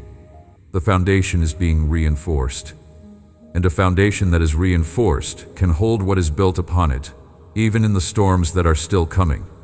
There is another dimension of this conversation that needs to be spoken. The dimension that addresses not just the abstract truth of your worth, but the very concrete lived experience of trying to act from that worth when the wound is still tender. Because knowing something intellectually and living from it are two different things. You can have the truth about your value as a concept in your mind and still make decisions that betray that you have not yet received it in the deep places where decisions are actually made. The gap between knowing and living is real, and it is one of the most frustrating gaps a person can experience, because you are trying to do the right thing, and you know what the right thing is, and somehow the old pattern keeps showing up anyway. That gap does not mean you are failing. It means you are human, and that the work of transformation goes deep. Here is what that gap often looks like. You know you are loved, and you still go back and check whether you said the wrong thing in the conversation earlier, lying awake, running through it, calculating the probability that you damaged the relationship, spending an hour in anxiety over something that the other person forgot about 30 seconds after it happened. The anxiety is not evidence that you do not know you are loved. It is evidence that the knowing has not yet reached the part of you that manages social threat response. That part is old, and it learned its patterns long before you had any access to spiritual truth. And it does not update quickly. You know you have value, and you still find yourself in situations where you have said yes to something you genuinely did not have the capacity for, simply because someone asked, and the old pattern says that disappointing people is not safe. That yes does not mean you have forgotten your worth. It means that the part of you that learned to earn love by being useful has not yet been fully released from that old obligation. And in the moment when the request came in, that old part moved faster than the new truth. You know your life has eternal purpose, and you still have days when nothing feels purposeful, when the tasks are small and repetitive and undramatic, and the distance between those tasks and the idea of eternal significance feels impossible to bridge. Those days do not mean your purpose is a fiction. They mean that purpose is not always visible in the individual frames of a life. Sometimes you have to step back from the individual frames to see the larger picture that they are building. All of these gaps are part of the human experience of transformation. They do not disqualify you from receiving what I am saying to you. They are part of why this conversation is needed. If the truth were already living in you at its fullest expression, in every corner of your interior life, shaping every decision and calming every anxiety and orienting every response, you would not need to be reminded. But it is not yet fully there, and so the reminder matters, and the reminder is not a rebuke. It is simply the application of truth to the places where truth has not yet fully penetrated. I want to talk about the specific experience of living under a false story. A false story is a narrative you have absorbed about who you are and what your life means that does not align with the truth I know about you. False stories come from many places. They come from the things said to you in childhood that were simply not true. They come from the way certain experiences were interpreted in the moment. Interpretations that felt accurate then, and that have operated as fact ever since. They come from the way certain patterns in your life have seemed to confirm a narrative, even when the narrative was the lens creating the pattern rather than the pattern generating an accurate conclusion. Some common false stories. The story that says, I am too much. That the intensity of who you are, the depth of your feelings, the loudness of your needs, the largeness of your personality, is fundamentally a problem that you need to manage and reduce in order to be acceptable. This story usually comes from having been someone's too much at some point, from having received the message that the full expression of who you are is more than the people around you can handle or want to handle. And so the story says, scale back, take up less room, be smaller, be quieter, be easier. Be less. That is not a story I recognize. From where I sit, you are not too much. You are exactly as much as I made you. Every dimension of your personality, every depth of your feeling, every need that you carry, I made that. I designed that. I was not aiming for someone smaller when I made you and overshooting. You are the intended size. The people who found you too much were not accurate reporters on your actual scale. They were people whose own capacity was limited in ways that made your full self feel overwhelming. That is information about them, not about you. Another false story, the story that says, I am not enough. The opposite direction from too much, but equally distorted. The story that says your contributions are too small, your gifts too ordinary, your presence too unremarkable to matter significantly. The story that looks at other people's visible impact and concludes that your quiet, everyday faithfulness does not register in the same category. That your love, however genuine, is not as valuable as the love of people who express it more dramatically. That your faith, however real, does not count for as much as the faith of people who seem to have it more figured out. That story is also not a story I recognize. The quiet faithfulness is among the most precious things I see in human lives. The love given without fanfare, the kindness offered without audience, the perseverance continued without recognition. These are the things that move me most deeply. Not because the dramatic expressions are less valuable, but because the quiet ones are so often unwitnessed by anyone but me, and I am a very attentive witness, and everything I witness I hold. A third false story, the story that says, my best years are behind me. That the thing I was supposed to become is something I am now too old, too damaged, too far from the starting point to become. That the door I should have walked through at a different season is now closed, and the life that door would have led to is no longer available. That I am past the point where the good things can still happen for me. That the trajectory of my life has been set by the choices and circumstances of the past and cannot be meaningfully redirected. The premise of that story is wrong. My economy does not work on the calendar logic of the world. What the world calls too late, I routinely call right on time. The things you thought were finished, I am sometimes still beginning. The doors you thought were permanently closed, I sometimes open from the inside when you have stopped looking at them. The life you thought was past its potential, I see it with different eyes. Eyes that see what is still in you, what is still possible, what is still being prepared for you, regardless of the number of years that have passed or the specific shape the previous chapters took. None of these false stories are more powerful than the truth, but they require displacement. You cannot simply place the truth alongside the false story and hope the truth wins by being more logically compelling. The false story has the advantage of familiarity, of repetition, of being confirmed by a long history of personal experience that seem to support it. The truth has to be applied consistently, returned to repeatedly, chosen deliberately over the false story again and again, until the truth has established itself as the resident narrative, and the false story becomes the strange and foreign intruder rather than the comfortable, familiar voice. This is slow work. I know that. And it requires courage. The courage to keep choosing what you cannot yet fully feel as your lived experience over what you can feel, because the old pattern is tangible, and the new truth sometimes feels abstract. The courage to act from your worth before you fully feel your worth, to behave as if the truth is true, even in the moments when the doubt is louder than the truth. That kind of courage is not a one-time heroic act. It is the smaller, daily, repeated choosing of a different foundation. Getting up and choosing it again after the day before did not feel like the choosing made any difference. That daily courage is one of the things I honor most in the lives of my children. There is a partnership in this process that I want to name clearly. You do not do this alone. The work of receiving your own worth, of displacing the false stories, of building the new foundation, is not work I assign to you and wait for you to complete on your own. It is work we do together. My part is the consistent, faithful speaking of the truth. My part is the steady presence in the hard moments, the closeness in the moments of doubt, the supply of what you need for the next step when the step feels too large to take. Your part is the willingness to keep showing up, to keep coming back when you have drifted, to keep choosing the truth even when it does not yet feel fully true, to keep opening your hands to receive what I am trying to give you. The partnership is designed to succeed, not because you are particularly competent at your part, because I am infinitely committed to mine.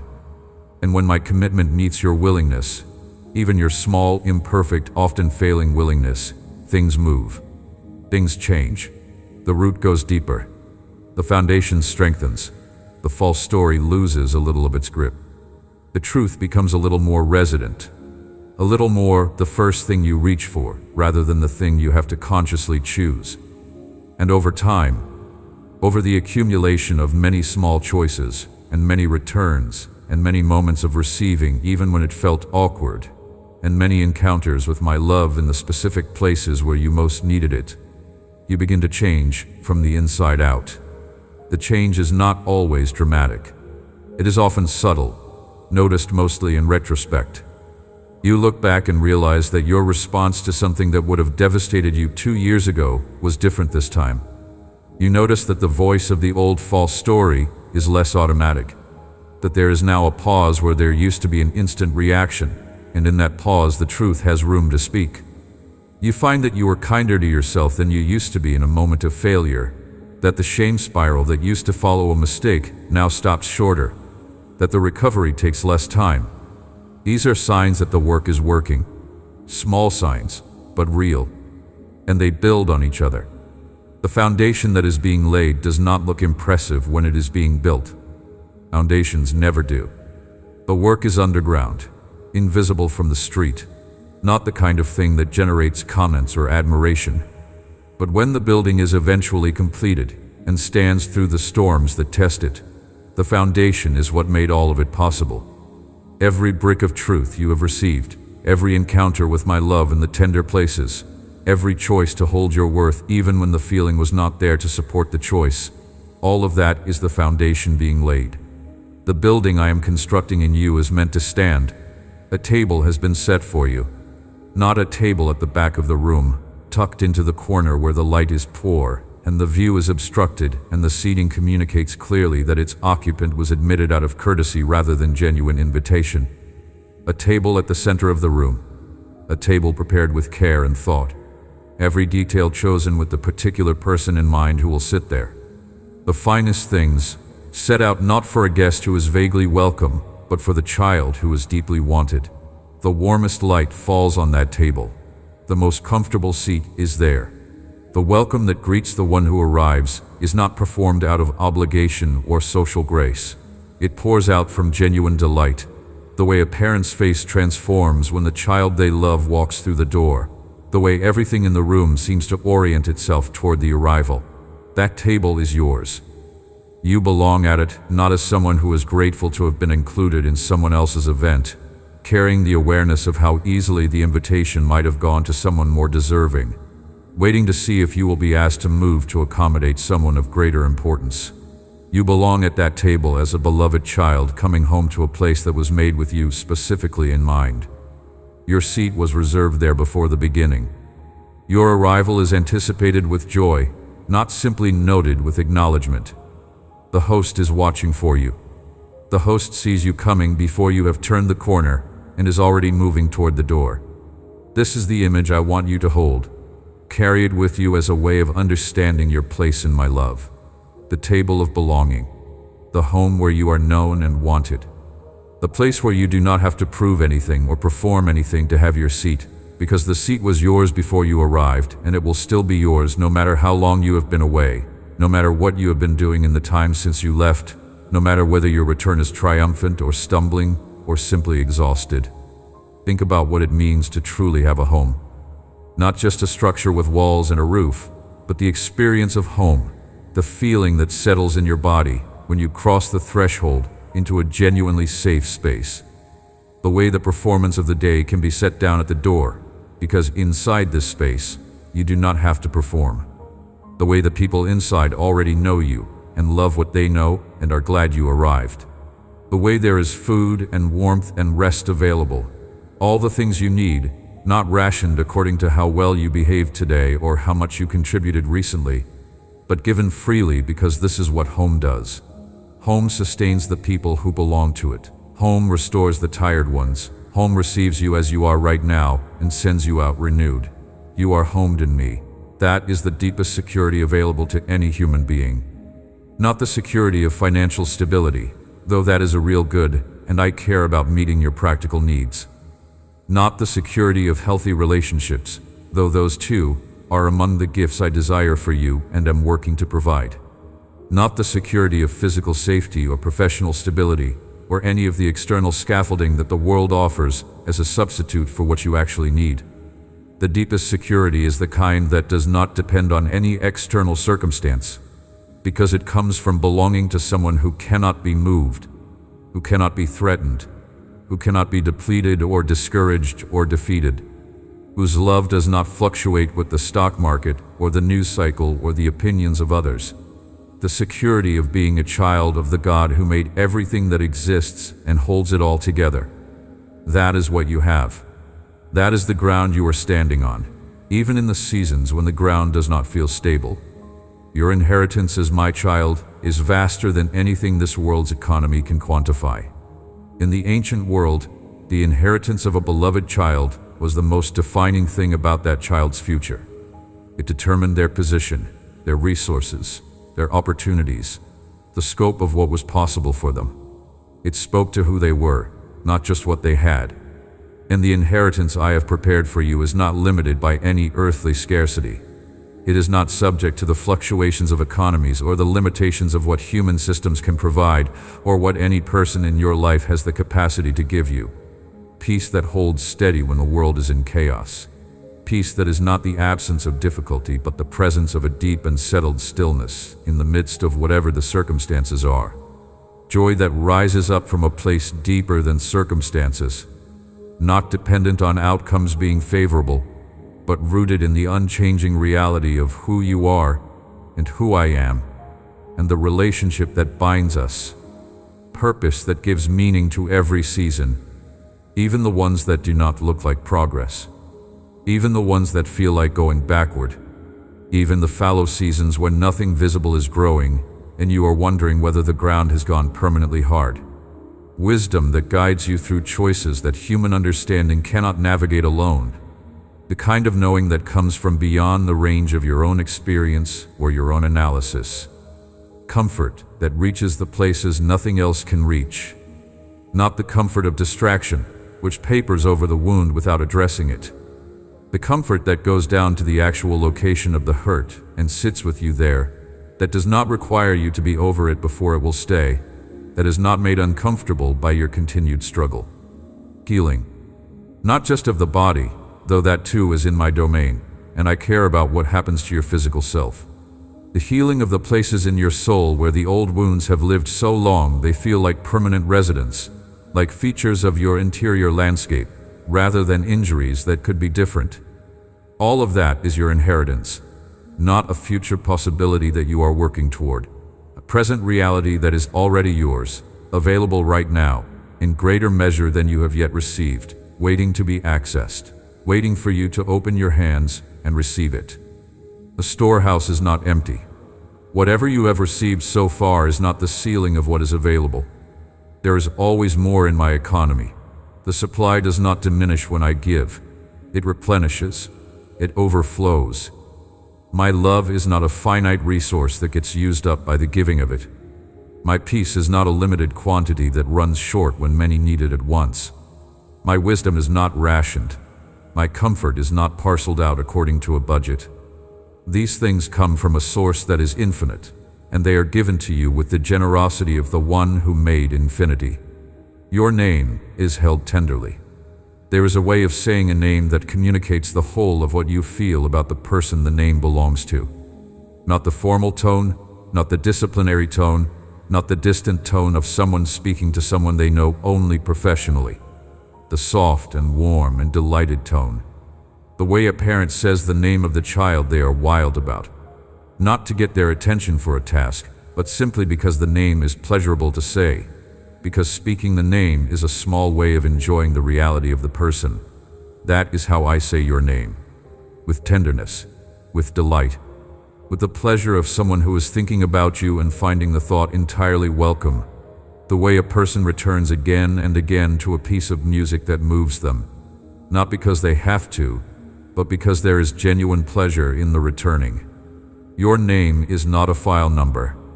Your name is a word that carries the full weight of my specific love for you, a word that when I speak it brings to my mind your face and your history, and the particular quality of your love, and your struggle, and your courage, and your hope. Your name is known to me the way the most important things are known, with the whole heart engaged in the knowing. When I call your name, it is because I want your attention, not to catalog your failures, or assign a new task, or communicate disappointment. To talk to you, to share something with you, to show you something, to simply be in the pleasure of your company. Let that settle for a moment without rushing past it. The God who made the universe genuinely enjoys your company, not just tolerates your presence, not just watches over you from a position of management, takes pleasure in being with you the way the best relationships are characterized by mutual delight, by wanting to be in the same space, by finding genuine pleasure in conversation, by caring about what the other person cares about. That is the quality of my attention to you, not from a distance, overseeing from an elevated position, from closeness, from genuine interest in who you are and what you are experiencing and what you are hoping for. Every dimension of your life is interesting to me. Nothing you bring to me is too small or too petty or too repetitive. There is no subject you could introduce that would make me wish you had come to talk about something else instead. I want to turn your attention toward the future you are moving toward. Not just a future that resolves the current difficulties, though the current difficulties matter and I have not forgotten them. The future I see for you is marked by a word that I want to sit with you: flourishing. Flourishing is different from managing. Flourishing is different from surviving. Flourishing is different from maintaining. Flourishing is the kind of deep and genuine thriving that happens when a person is rooted in their true identity, living from their actual worth, moving in the direction they were designed to move, connected to the source that feeds them at the most fundamental level. It is what happens when the tree that has been planted by the water finally puts its roots down far enough to reach the permanent supply, when the surface conditions no longer determine whether the tree has what it needs. The path to that picture of flourishing runs directly through the belief you are building right now, not around it, through it. The belief that you are infinitely valuable. The belief that you are completely loved without condition. The belief that your life has eternal purpose, and that purpose is still intact regardless of how the recent seasons have looked. The belief that you are not here by accident. The belief that the good things are actually for you, specifically, not for everyone else, and you, by the way. Each time you choose that belief, even when it costs you the comfort of the familiar doubt, even when the old pattern pulls hard in the other direction, you are taking a step toward the future I see for you. Think of what it means to be rooted at the level of identity. The person who knows who they are, not in the sense of their personality or their preferences, but in the deep theological sense, the sense of whose they are and what that means about their permanent standing. That person does not need the world's validation to feel stable. They can walk into environments that are not affirming them and maintain their center. They can weather the opinions of people who do not value them without those opinions rearranging their interior landscape. They can receive disappointment without it becoming the defining story about who they are and whether they deserve good things. Because the center holds. Because the identity is settled. Because what I say about them has become what they know about themselves. And what I say does not change with the weather. This is the stability I am building in you. Not a fragile stability that holds only when conditions are favorable. The kind that is most evident under pressure. The kind that makes people around you wonder how you maintain your peace in circumstances that would unravel someone who was living from a shakier foundation. The kind that is genuinely useful, not just to you but to every person whose life intersects with yours. Because when you are rooted and stable, you become a place where others can find steadiness too. Your settled sense of who you are becomes something that others draw from. The tree planted by the water knows nothing of drought. That ancient image describes exactly this. Around the tree planted by the water, the seasons change. Heat bears down. Rain withholds. The surface of things looks brown and hard, and the landscape communicates that nothing is growing. But the tree by the water does not depend on the surface. Its roots have gone down to where the water runs permanently, deep beneath the fluctuating conditions at the surface, in the underground river that does not know drought. And from those deep roots, the tree is nourished regardless of what the season looks like from above. Its leaves remain green. Its fruit comes in its proper season. It does not panic in the heat because it knows where the water is. You are being invited to be that tree, to put your roots down into the deep and permanent supply of my love for you, of your identity as my child, of the eternal value I have placed in you, not the surface approval of the world, not the variable sense of worth that rises and falls with your performance or your circumstances, not the conditional love of people who are doing their best but whose capacity is limited. The deep water, the permanent supply, the source that is there in every season. Every time you choose what I say about you over what the fear says, every time you receive the love being offered rather than deflecting it because you are not sure you have earned it, every time you rest in the security of belonging to me rather than scrambling to secure belonging from external sources, every time you treat yourself with the care that is appropriate for someone who is infinitely valuable to God, all of these choices are putting the roots down deeper. All of them are increasing the depth of the source you are drawing from. And one day, in a season that is genuinely hard, you will notice something. You will notice that you did not break, that the storm came and you were shaken but not uprooted, that something in you held, that the center was still there when you looked for it. And in that moment you will know, not as a theological concept but as a lived experience, what it means to be rooted in the love of the one who made you.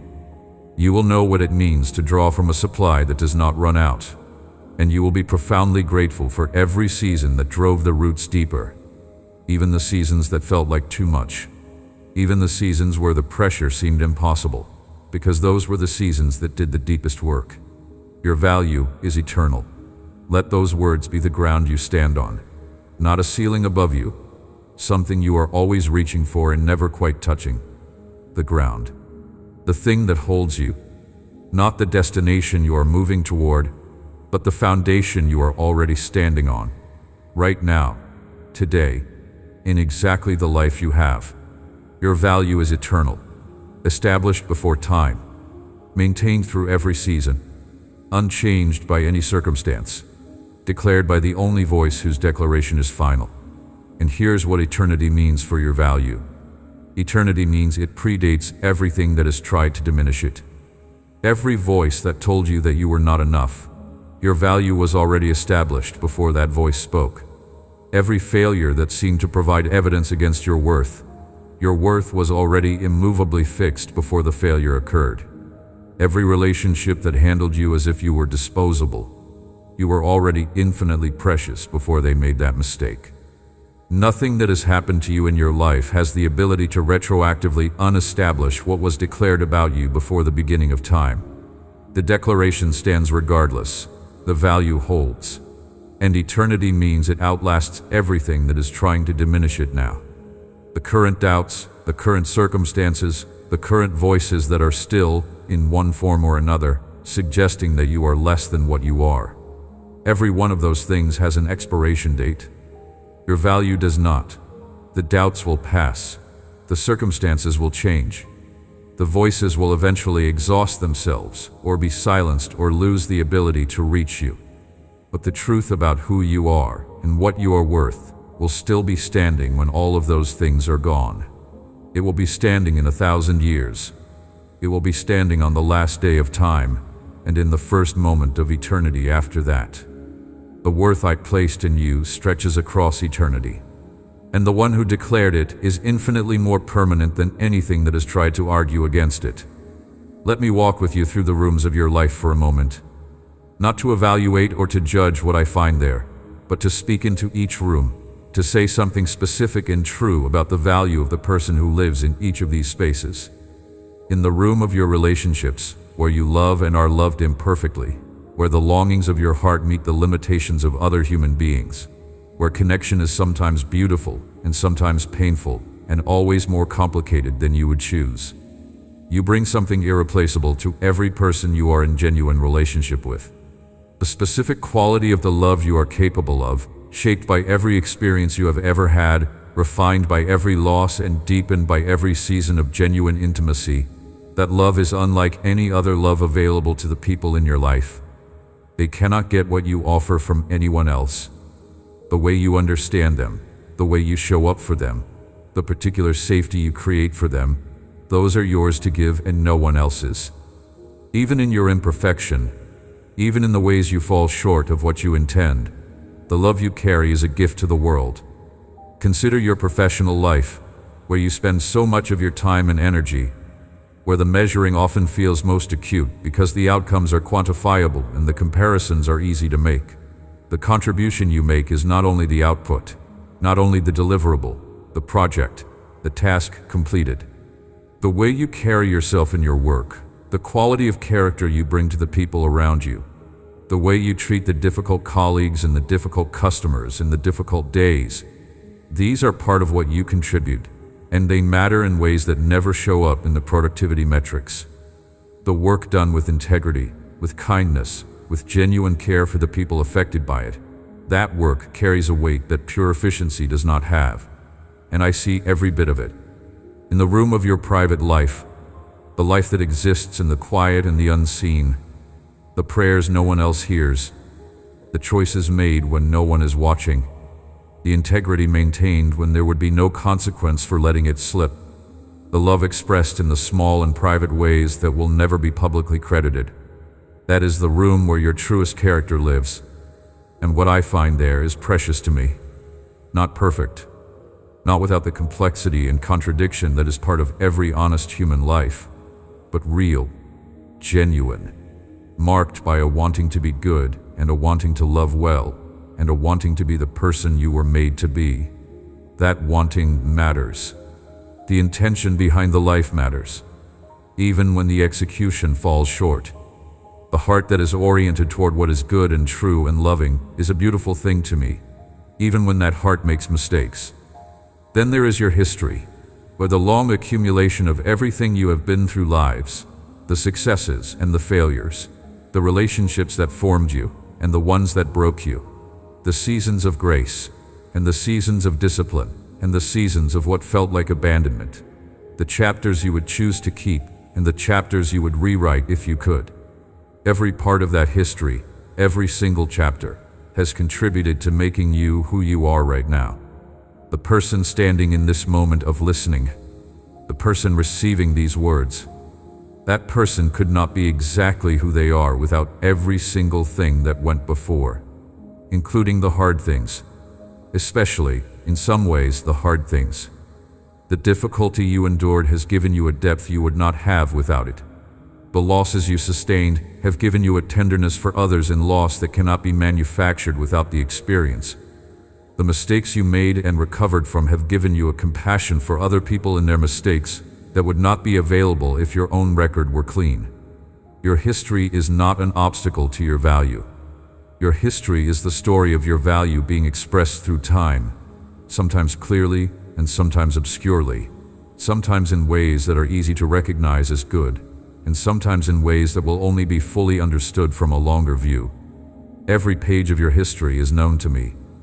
Every chapter is held by me. Every moment you have ever lived was witnessed by me with the full engagement of the one who loves you completely. And what I have seen, across all of it, is a beloved child navigating a world that is hard in ways it was not originally meant to be, carrying the image of God through circumstances that test that image, sometimes bending and sometimes breaking and always being held by the one who made them and has never let them go. Now let me speak about the promises that are yours, not as a list to be ticked off, but as a living inheritance, as the specific good things that are already moving in your direction, already in process, already being arranged by hands that work with both power and love. The promise of my nearness. This is not a spiritual concept to be believed abstractly. This is the actual, present, concrete reality that I am here, not the vague divine presence that fills the universe in a general way. Here, specifically, in this moment, in the particular space you occupy, as close to you as your own breath. The distance between us is not determined by the quality of your prayer life or the consistency of your faithfulness or any other variable of your performance. I am here because I want to be where you are, because you are my child and I do not leave my children. The promise is this: wherever you go, I am already there. Whatever you face, you do not face it alone.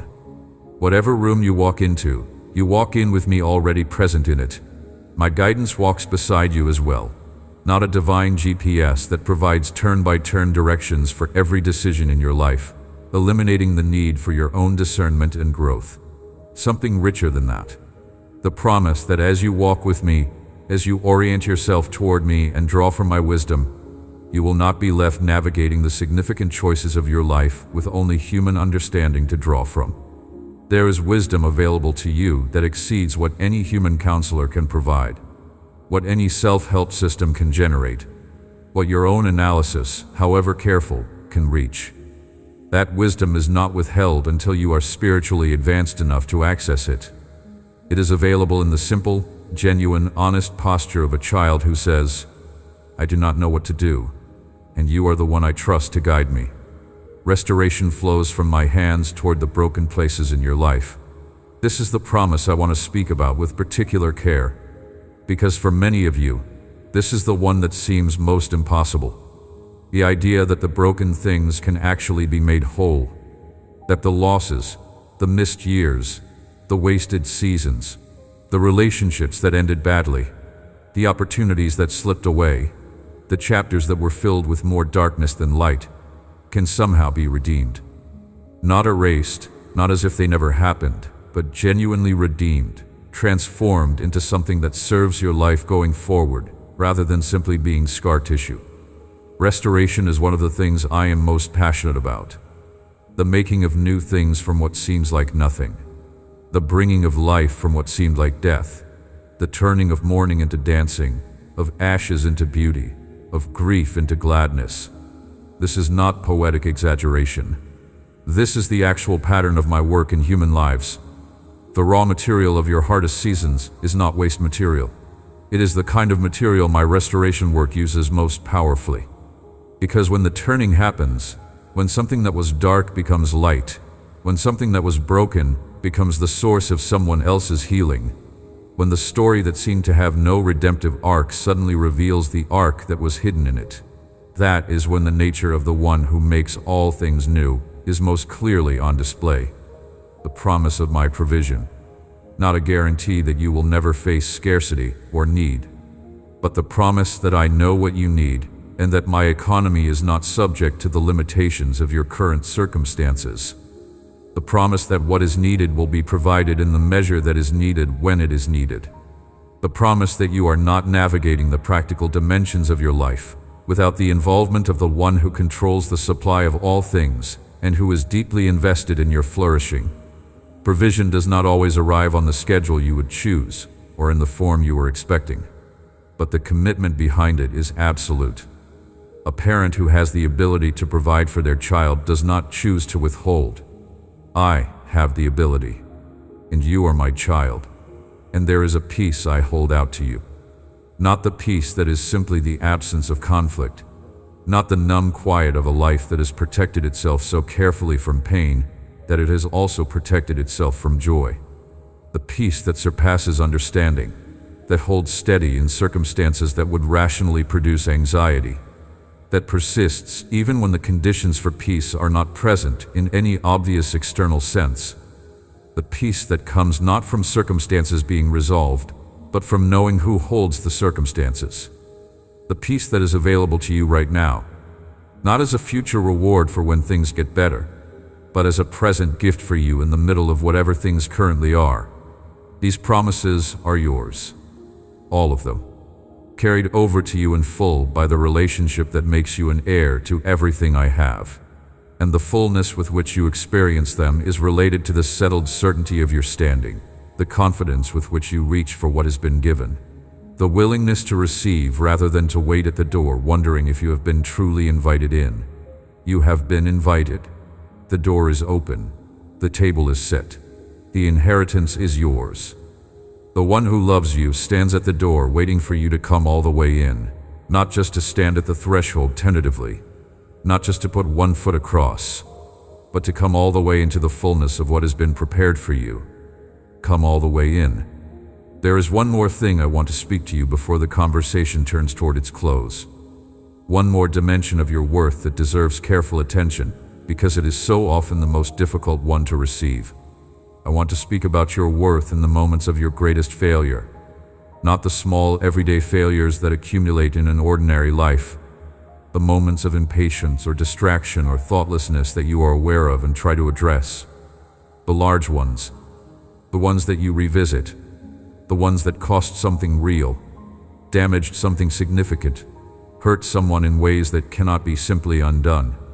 The ones that you carry with particular weight because they feel like evidence of something fundamentally wrong with you. Not just mistakes that happened, but proof of what you actually are when the pressure is high enough and the circumstances are right. In those moments of greatest failure, your worth did not change. That is not an easy statement to receive, and I am not asking you to receive it without the full weight of what it is saying. What it is saying is that there is no failure significant enough to alter the fundamental value I have assigned to you. Not because failure is inconsequential. Consequences are real. The damage done by serious mistakes is real. The work of repair and restoration that follows real failures is real and important and sometimes long. None of that is being minimized. But the worth of the person who failed, the core value that I placed in you at your creation, and that has been yours through every moment of your life, that does not move based on what you have done. This is not the world's understanding. The world's understanding is that great failure disqualifies, that at some point the accumulated evidence of your shortcomings outweighs the case for your value, that there is a threshold beyond which worth cannot survive. Most people have privately wondered whether they have crossed that threshold. Most people have a chapter, or a season, or a specific choice that feels like the thing that definitively proved something about themselves that they have been hoping was not true. My economy does not have that threshold. There is no level of failure that exceeds the love that paid your debt. The price that was paid for you was not calibrated to cover you if you stayed below a certain severity of failure. The price was infinite, which means it covers infinitely. There is no deficit in your account that exceeds what was already deposited on your behalf. The account does not go into a hole that your worth cannot climb out of. The account was paid in full, once and forever, by a payment that is not depreciated and cannot be reversed. So when you look at the choices you regret most, the seasons you wish you could erase, the damage you did that still has not been fully repaired, I want you to look at them and then look at this truth alongside them. The regret is appropriate. The desire to make things right where possible is right. The ongoing work of becoming the person who makes better choices in the future is important. But underneath all of that, beneath the regret and the repair and the becoming, the foundation is still there. Your worth is still there. My love is still there. Nothing that you did in your worst moment removed you from the category of my beloved child. You are still mine. You have always been mine. And the quality of the belonging has not diminished based on the quality of the choices. When the accuser's voice comes and lists your worst moments as evidence that you are not truly worthy of love, you are not obligated to argue with the list. You can acknowledge the list and then point to something that is more powerful than any list.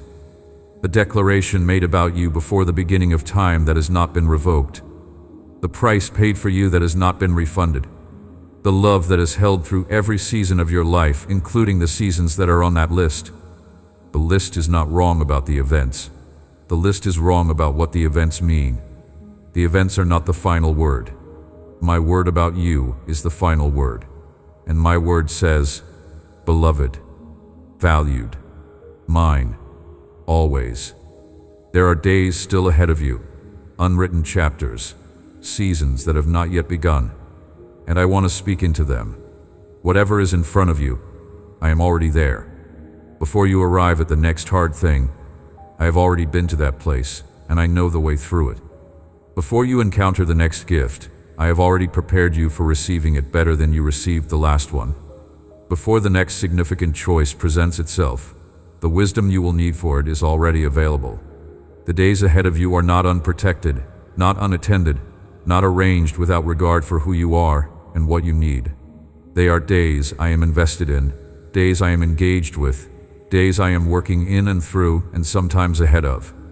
Your value does not diminish as the years accumulate. This is the opposite of what the world suggests, where certain kinds of value are explicitly tied to youth or to the particular productivity that comes from a specific season of life. My valuing of you has nothing to do with any of that.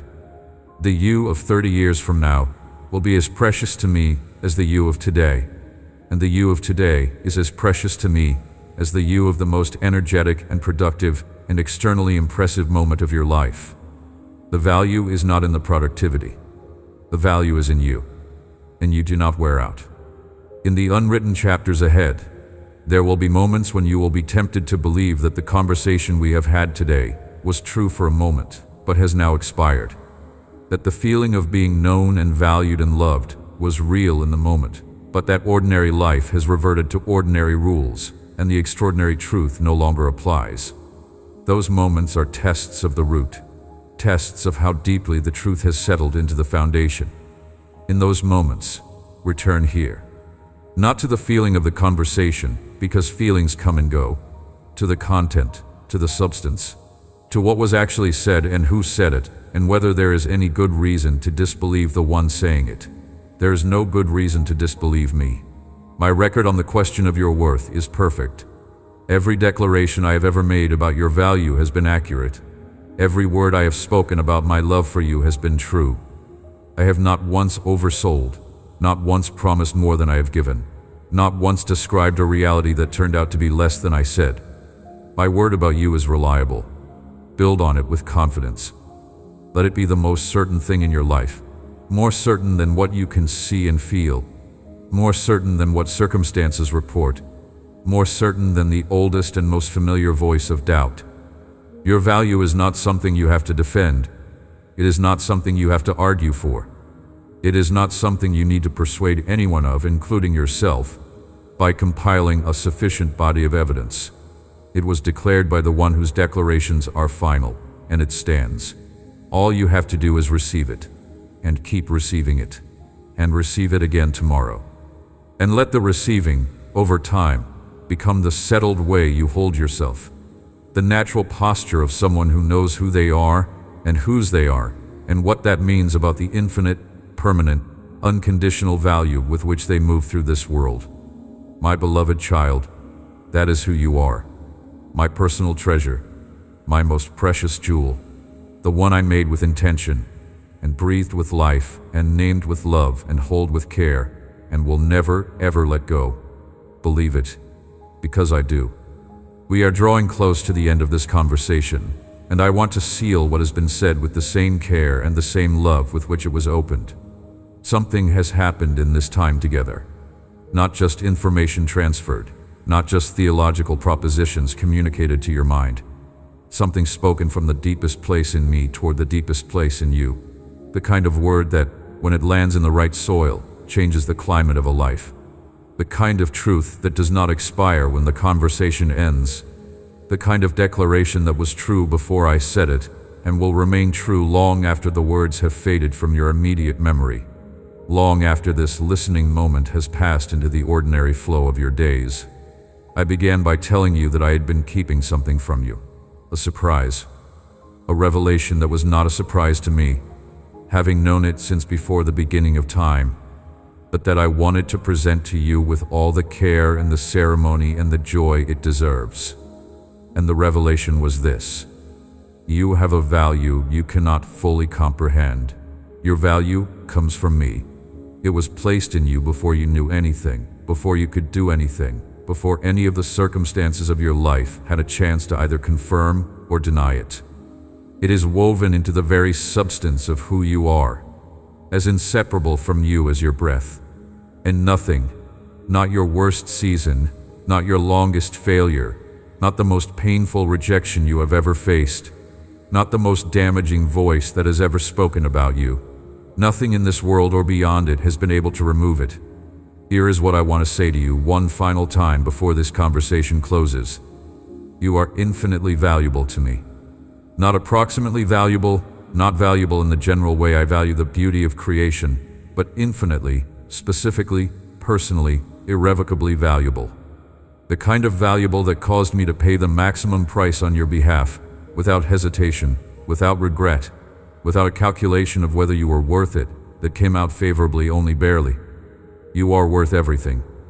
The price was paid with that certainty, and it speaks louder than anything else that has ever been said or suggested about you. You are not an accident. You are made in my image. Your life has eternal purpose that is not diminished by the ordinary-looking days, the repetitive seasons, the chapters that do not seem to be advancing the story. The purpose is carried in you, not only in the dramatic moments. You are not here by chance. Every single one of these statements was true before this conversation began, and will be true after it ends, and will be true through every season of your life that is still to come, through the easy seasons and the hard ones, through the seasons of abundance and the seasons of waiting, through the moments of clarity and the long stretches of uncertainty. The truth does not depend on you feeling it. It does not depend on circumstances confirming it. It stands on its own, held up by the word of the one who does not lie and does not change and does not withdraw what has been given. Beloved child of mine, those words carry the full weight of what I feel when I think about you. Not a category membership, not a general classification, a personal reality. My child, the one I would cross every distance to reach, the one whose pain I feel is something that moves me, the one whose joy brings me something that can only be called delight, the one I am preparing good things for, not as a reward to be earned by sufficient performance, but as an expression of the love I have for you and the pleasure I take in seeing you receive the things I have been holding in store. You do not need to earn my love. You already have it completely. Say that to yourself slowly, not rushing past it, not just nodding at the words. Say it as if you are testing the weight of it, seeing if it will actually hold you. You already have my love completely. Not after the next accomplishment, not after the resolution of the thing that is currently most difficult, not after you have become more of what you are trying to become. Right now. Already. Completely. The love is not waiting for you to qualify. It has been yours since before you had any concept of qualifying, since before you knew there was anything to qualify for. The love is not in the future. It is here, right now, as close as your next breath, as available as the air around you, as present as I am, and I am as present as it is possible to be. The world may not see you fully, but I behold you. My eyes rest upon you with the consistent, unwavering attention of one who could not lose sight of you, even if I tried. I see every dimension of who you are, the parts you are proud of and the parts you keep carefully hidden, the private courage that no one else has witnessed, the faithfulness maintained through seasons when faithfulness was genuinely costly, the love given that was never returned or acknowledged, the depth in you that the surface of your life has not yet had the full opportunity to express. I see all of it, and what I see is beautiful to me. What I see is my child, made in my image, carrying my life, marked with a worth that nothing in this world or beyond it can take away. Your value is eternal.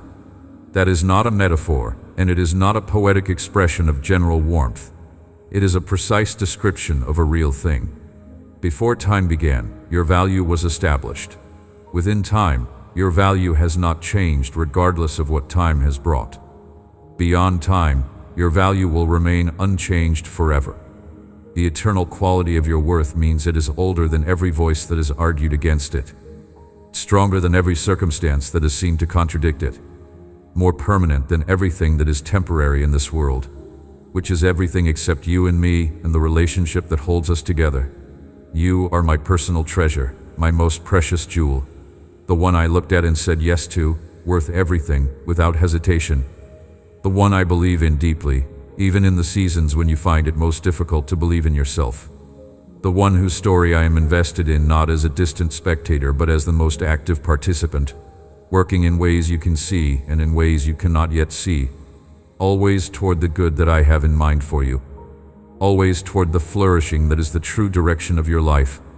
Now carry what has been said today, not as a burden added to what you are already carrying, as a gift that lightens the burden, the gift of knowing your worth, the gift of the settled certainty that you are completely loved, the gift of understanding that your presence in this world is not accidental, but intentional, not incidental but purposeful, not marginal, but deeply significant in the story I am telling through human lives and through history. Walk into your days from this foundation. When the doubt returns, go back to the ground.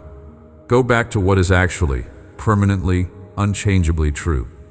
You are made in my image. You are my beloved child. Your value is eternal. My love for you is complete. That is the ground. Stand on it. Let it hold you through whatever is still to come. And in the moments when the ground feels unsteady and the old whisper comes back with its familiar arguments, remember this conversation. Remember the table set for you at the center of the room. Remember the home where you belong, where the welcome is not performed but genuine and full. Remember the price that was paid for you and what that price says about what you are worth to the one who paid it. Remember that your name is held tenderly, that the one who made the universe says your name with delight, that you are seen, fully seen, clearly seen, and what is seen is precious. Believe in your value, not because you have proven it, not because the circumstances of your life have confirmed it in ways that are easy to point to, because I believe deeply in you, because the one who knows you completely, who has seen every part of you including everything you have tried to hide, who has watched every season of your life with the fully engaged attention of love, looks at you and says precisely this: precious, mine, worth everything, infinitely valuable, my beloved child. That is the truth about you. Take it with you when you leave this place. Let it go with you into every room of your life, every ordinary Tuesday and every extraordinary moment, every day that feels like progress, and every day that feels like standing still.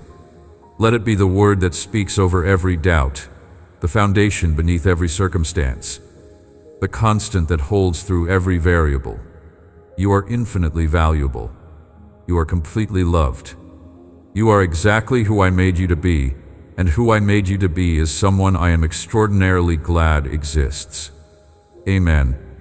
If this message touched your heart, share it with someone who needs to hear that they are loved, and that their worth is not what the world has told them it is. There is someone in your life right now carrying a heavy doubt about their own value, someone who has believed the wrong voices for too long. Be the one who puts this message in front of them. Type Amen in the comments if you received this blessing, if something in these words reached a part of you that needed to hear it. Your comment encourages everyone else who is listening. Subscribe so that you never miss what God wants to speak over your life. And come back whenever you need to be reminded. You are loved. You are valued. You belong here.